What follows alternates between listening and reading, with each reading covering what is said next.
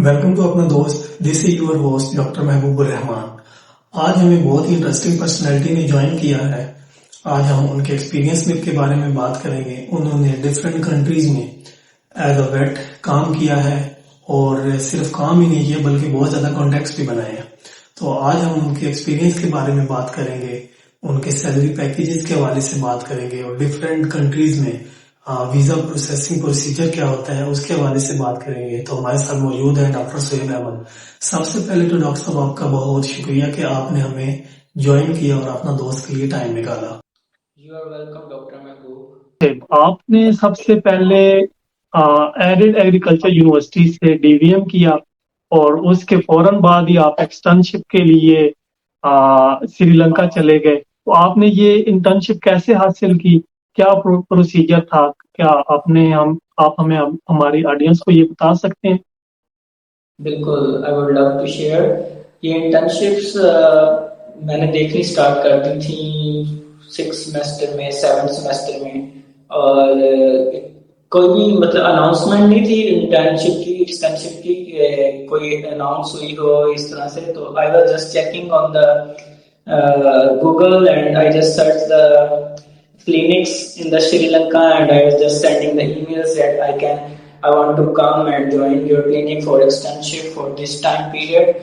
इसके लिए बड़ा इम्पोर्टेंट है कि पहले जिस कंट्री में आप इंटर्नशिप या एक्सटर्नशिप करना चाह रहे हैं ना, पहले उस कंट्री की वीजा रिक्वायरमेंट्स देख लें अपने कंट्री के लिए।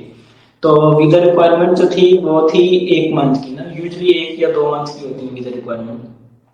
आई मीन के जो वीजा वैलिडिटी होती है, जो आप स्टे कर सकते हैं टूरिस्ट वीजा पे, और इजीली होता है कि आप टूरिस्ट वीजा पे जाएं एक्सटर्नशिप्स के लिए, क्योंकि उसमें ज्यादा लंबा जोड़ा प्रोसेस नहीं करना पड़ता।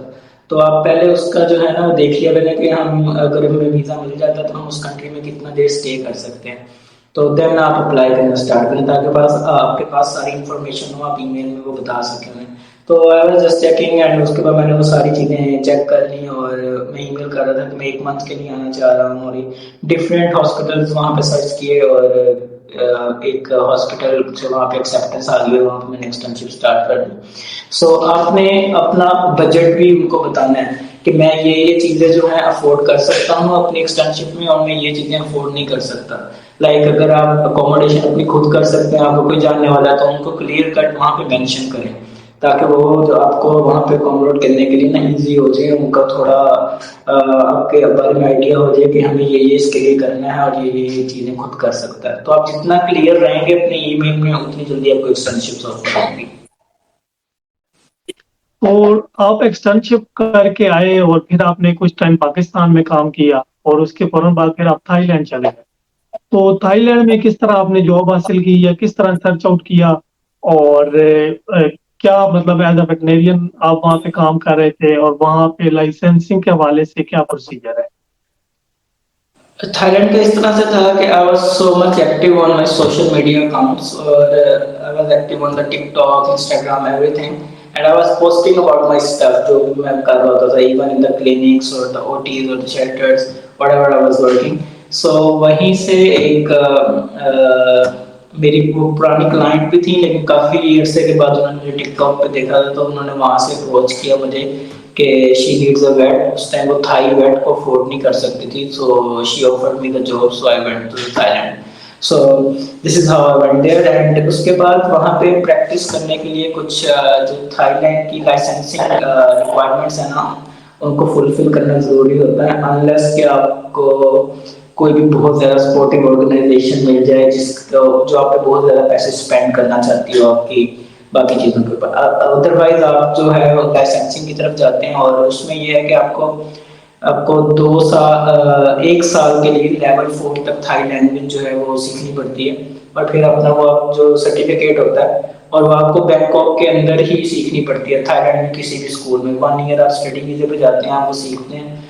उसके बाद आप वो जो है सर्टिफिकेट अपना सबमिट करवाते हैं थाईलैंड वेटरनरी मेडिकल काउंसिल में, और फिर साल में 2 दफ़ा जो है एग्जाम ओपन होता है वेटनेरियंस के लिए। उसमें को 2-3 से एमसीक्यूज होते हैं और मोस्टली जो है पोल्ट्री और पिग से रिलेटेड होते हैं, और वो थाई लैंग्वेज के अंदर आता है, इंग्लिश में नहीं आता। तो आपको वो पास आउट करना जरूरी होता है, फिर आपको लाइसेंस मिल जाता है, then you can work there as vet. Thailand में एज अ वेटनेरियन अगर आप जब आप काम करते हैं तो क्या सैलरी एक्सपेक्टेशन क्या होती है? पाकिस्तान से ज्यादा होती है या अगर कम होती है, अगर तो क्या रेट है? अगर तो आप लाइसेंस्ड वेटनेरियन हैं थाईलैंड के, अपने सारा कुछ क्लियर कर लिया है, जी। then they will I will talk about in Pakistani rupees, then they will start you nearly 5 lakh or 6 lakh rupees. Okay, with 1 year experience or your recent graduate or 2 year experience, they will start you with this, and then you can go further. Doctor साहब, आप Thailand से Brunei Darussalam move कर गए, तो वहां पे job आपको कैसे मिली और एक फ्रेश ग्रेजुएट वहां पे कैसे जॉब हासिल कर सकता ब्रुनेई में जो है ना वो जॉब जो है एज सच उसकी कोई एडवर्टाइजमेंट नहीं होती, आपको खुद से जो है ना वो क्लिनिक्स में जा उनके क्लिनिक की लिस्ट बना दें, मतलब जाके ओपन करें और फिर जॉब सर्च करें, उनको मैसेज करके पूछ लें, ज़्यादा वो एडवर्टाइज नहीं करते। और यूजली वो आपको लिंक्डइन से अप्रोच कर लेते हैं, ज़्यादातर तो यही यहाँ पे ट्रेंड चल रहा है कि आपको डायरेक्टली लिंक्डइन पे आपका काम देख के अप्रोच करते हैं और आपको जॉब ऑफर कर देते हैं, या आप उनसे लिंक्डइन पे बात कर लें। और यहाँ पे आपको भी वेटनरी लाइसेंस की ज़रूरत होती है, लेकिन वो आपका जो एम्प्लॉयर है वही आपके लिए अरेंज करता है, आपने जस्ट आके यहाँ पे एक वेटनरी से रिलेटेड इंटरव्यू होता है, वो देना होता है और देन आपको लाइसेंस मिल जाता है। आपके एक्सपीरियंस लेटर एवरीथिंग जो भी है वो अपने साथ आपने लेके आनी है, टेस्टेड होने चाहिए, देन आपको लाइसेंस मिल जाता है। है? ठीक है डॉक्टर साहब, जिस तरह आजकल पाकिस्तान में इंटर्नशिप्स का सीजन चल रहा है, तो क्या वहां पे कोई एक्सटर्नशिप प्रोग्राम्स भी हैं? एक्सटेंशिप प्रोग्राम हो सकते हैं अगर आप क्लिनिक को इसी तरह से, कोई स्पेसिफिकली नहीं है, लेकिन आप किसी क्लिनिक से पूछ लें कि मैं यहाँ पे एक्सटेंशिप करना चाहता हूँ तो वो आपको ऑफर कर देंगे, लेकिन I will not suggest Brunei for the externship, क्योंकि कोई भी क्लिनिक जो है ना, आई डोंट थिंक सो कि वो आपको एक्सटेंशिप के लिए फ्लाइट ऑफर करेगा, मेन चीज। और यहाँ की फ्लाइट बहुत एक्सपेंसिव है, ऑलमोस्ट 4 से 4.5 लाख रुपए के दरमियान आपको फ्लाइट मिलती है, तो it's a very expensive country. और अकोमोडेशन भी यहाँ पे एक्सपेंसिव है, क्योंकि एक्सटेंशिप में यूजली वो आपकी ये चीजें कवर नहीं करते, so it's not a good country for externship. तो डॉक्टर साहब, आप कौन सा कंट्री सजेस्ट करेंगे अगर कोई स्टूडेंट विलिंग हो एक्सटर्नशिप के लिए? I will suggest them to go Gulf countries, because Gulf countries में जो है पाकिस्तानी स्टूडेंट्स के जो है चांसेस ज़्यादा होते हैं कि वो एक्सटर्नशिप के बाद वहीं पे अपनी जॉब भी तलाश कर सकते हैं, तो उनका एक चक्कर भी बच जाता है और अपने वो सारी डिग्रीज वगैरह लेके जाएं, या ये है कि उनकी जॉब वहाँ पे मिलने के चांसेस ज़्यादा होते हैं, और फ्लाइट्स भी सस्ती है, अकोमोडेशन भी सस्ती है बाकी कंट्रीज से ना, तो आई विल सजेस्ट कि गल्फ कंट्रीज सही हैं, दुबई, कतर, सऊदी, और इन सब में से अच्छा यूएई है, जो अकोमोडेशन भी सस्ती है, फ्लाइट भी सस्ती है, खाना भी ठीक मिल जाता है सस्ता, तो एक सस्ता सस्ता पैकेज में एक्सटेंशिप हो जाती है। डिफरेंट कंट्रीज में प्रैक्टिस की है, पाकिस्तान में भी प्रैक्टिस करके गए हैं आप, तो क्या डिफरेंस है पाकिस्तान की प्रैक्टिस में और बाकी कंट्रीज में? द प्रैक्टिस मेरा ख्याल है हम लोग की थोड़ी सी डायग्नोस्टिक्स का फर्क है, वो तो कंट्री टू कंट्री वेरी करेगा ही।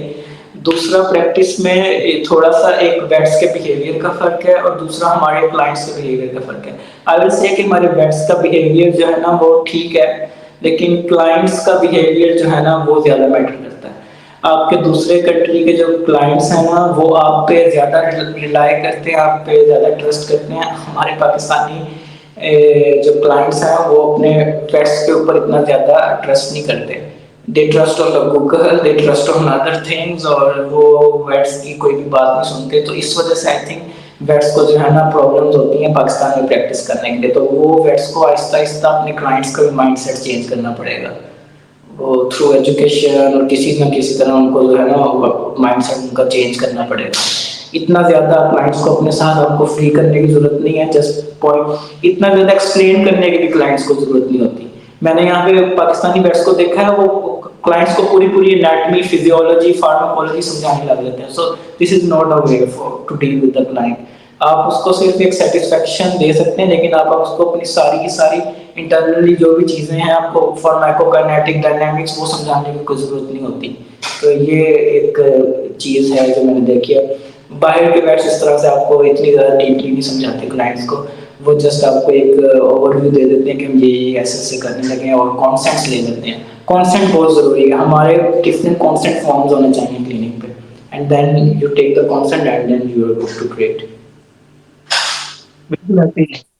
तो डॉक्टर साहब ये जो चीज़ आपने मेंशन की है, इस चीज़ को ओवरकम आप क्या समझते हैं कैसे ओवरकम किया जा सकता है? क्योंकि यहाँ पे क्लाइंट और वेट्स का रिलेशन मेरे ख्याल में कोई इतना बेहतर नहीं है पाकिस्तान में। इसमें तो ये इसमें वेट्स को कैसे ओवरकम इसमें करें? वेट्स को स्ट्रॉन्ग होना पड़ेगा, वेट्स को स्ट्रॉन्ग होना पड़ेगा। वो इतना ज्यादा फ्री ना करें क्लाइंट्स को, इतना ज्यादा उनको हर बात में जब आप आदत डाल देते हैं ना कि वो आप हर चीज समझाते हैं, तो फिर वो अगले वाले वेट से भी यही एक्सपेक्ट कर रहा होता है। और हर वेट का जो है ना वो एक जैसा कह लें कि माइंड नहीं होता कि वो एक वेट किसी को तरह डील करता है, किसी को तरह डील करता है। लेकिन मोस्टली वेट्स जब वो इन्होंने ये आदत बना ली है हमारे पाकिस्तान में, वो एक एक चीजें जो है वो समझाते हैं, पूरा डीवीएम करा देते हैं खड़े खड़े वो क्लाइंट्स को। तो let's not a good thing. आप बिल्कुल पॉइंट टू पॉइंट उनके साथ चलें और कॉन्सेंट फॉर्म्स अपने पास रखें हर चीज के, then you can overcome this. ठीक है।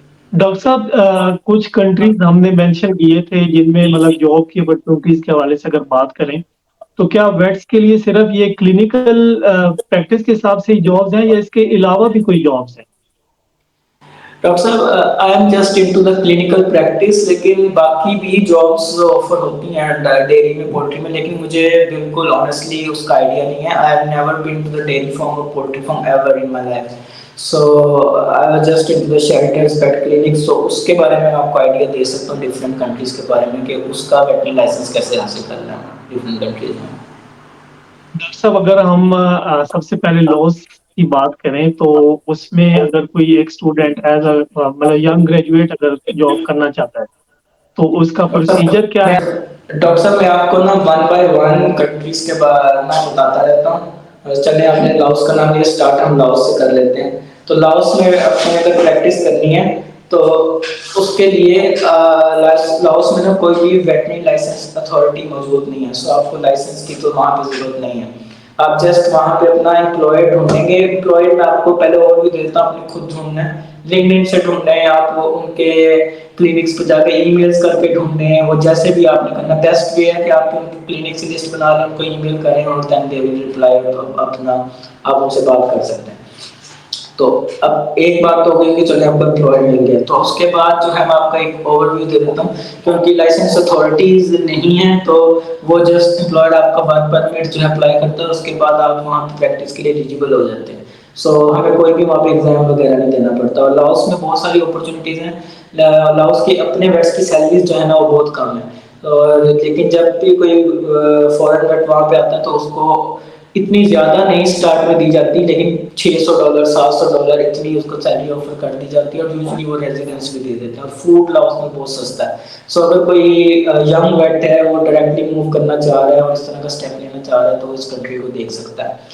और इसका वीज़ा भी काफ़ी इजी है, थोड़ा लेंथी प्रोसेस है, लेकिन अब थर्ड कंट्री से जाकर लगवाना पड़ता है, लेकिन it's not a big deal, वो इजीली आपको दे देते हैं।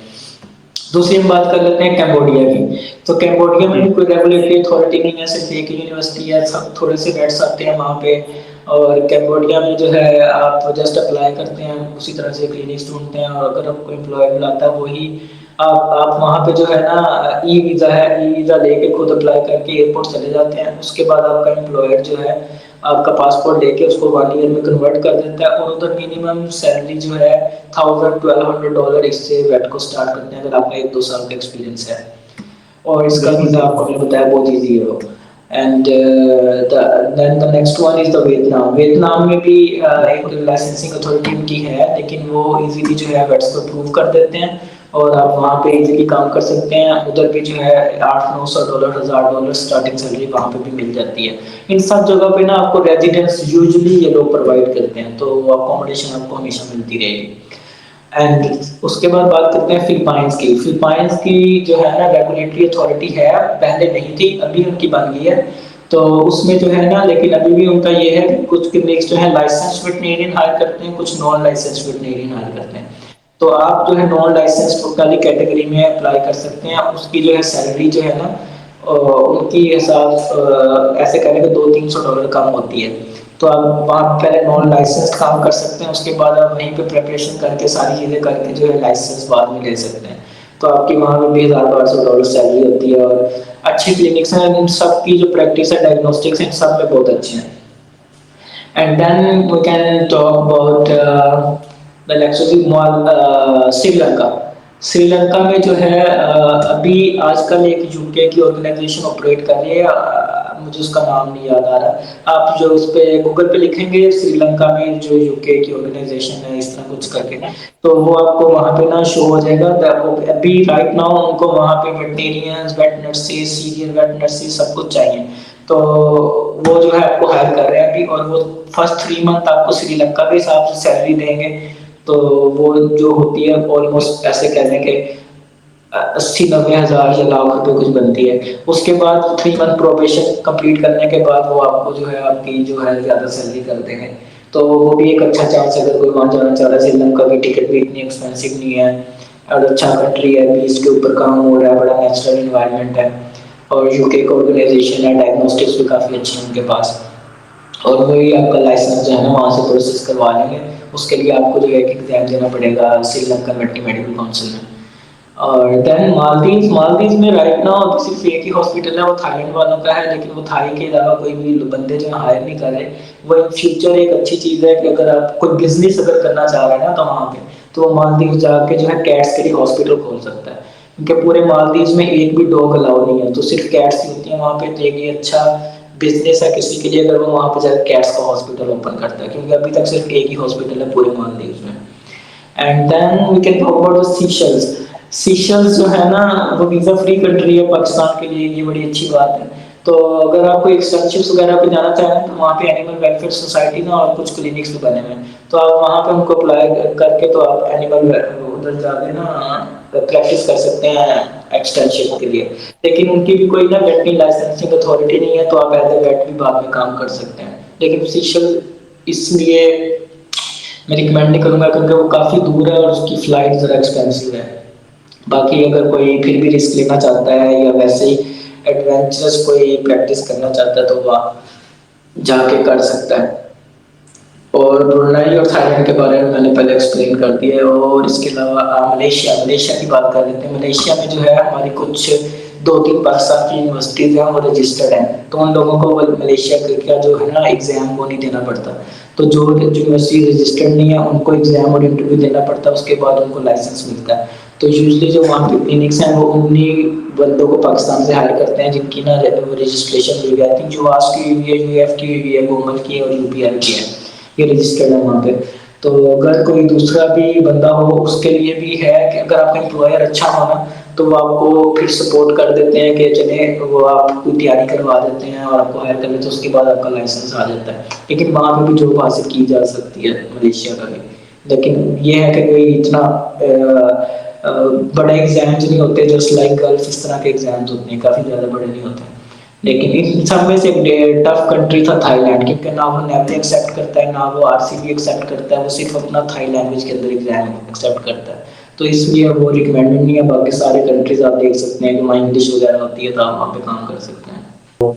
डॉक्टर साहब आपने माशाल्लाह बहुत अच्छे अंदाज में सारे एक एक करके सारे कंट्रीज जो है वो उनमें वीजा एक्सपेंसेस और उनकी जॉब्स और किस तरह जॉब हासिल करनी है बड़ी डिटेल में आपने हमें बताया। बहुत शुक्रिया आपका, आपने हमें ज्वाइन किया और इतनी इंफॉर्मेटिव सेशन। मैं नहीं ख्याल कर रहा था कि ये सेशन इतना इंफॉर्मेटिव होगा, लेकिन माशाल्लाह से ये सेशन बहुत इंफॉर्मेटिव रहा। तो अगर हमारे ऑडियंस में से कोई बंदा इंटरेस्टेड हो और वो आप तक अप्रोच करना चाहे तो क्या आप कोई हेल्प आउट कर सकते हैं इसमें?